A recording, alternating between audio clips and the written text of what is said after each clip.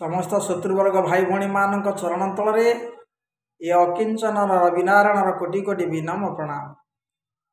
हे मोर कलाप्रेमी बंधु माने, हे मोर शत्रुवर्ग भाई भौणी माने, आपण मानकु गोटे सूक्ष्म उपचार कहूँ। जदि आमर कौन अंगरे केतेबेले कंटा विभिन्न प्रकार कंटा पशि जाए किंबा कौन ओल टेकिला आम पादरे हाथ कौन अंगर कौन अंकरे पशिगला, धर कौन कंटाटी बहुत दूर को चली जाइए आमको बाहर करने असह्य जंत्रणा देउछि, सहजे से कंटा को ताड़ी हेब नाही।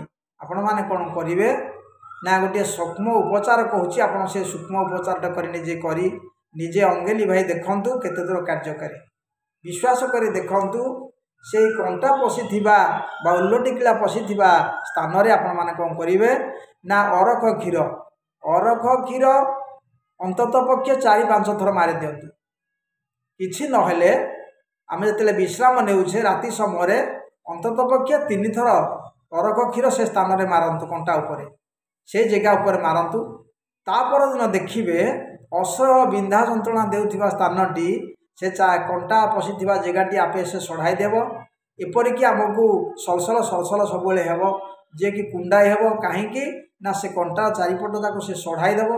सढ़ी जापर आपे से कंटा कौन कर सलसल हो ऊपर को बाहरी आसो जे कि आप केवल नख मारी से कंटा को आपे देखि बाहर करें। तेणु आपण मैंने अनेक यही ओल टेकिला कि कंटा पशि जगार किपर असह्य जंत्रणार मुक्ति लाभ करेंगे से संबंध में आपण मान गोटे सहज उपचार मुझे कहली। आपण मैंने केवल निजे अंगेली भाई से जिनस उपभोग कर ये अकिंचन रविनारायण को आशीर्वाद करतु। आपण मानकर आशीर्वाद अपेक्षा रोचे अकिंचन रविनारायण।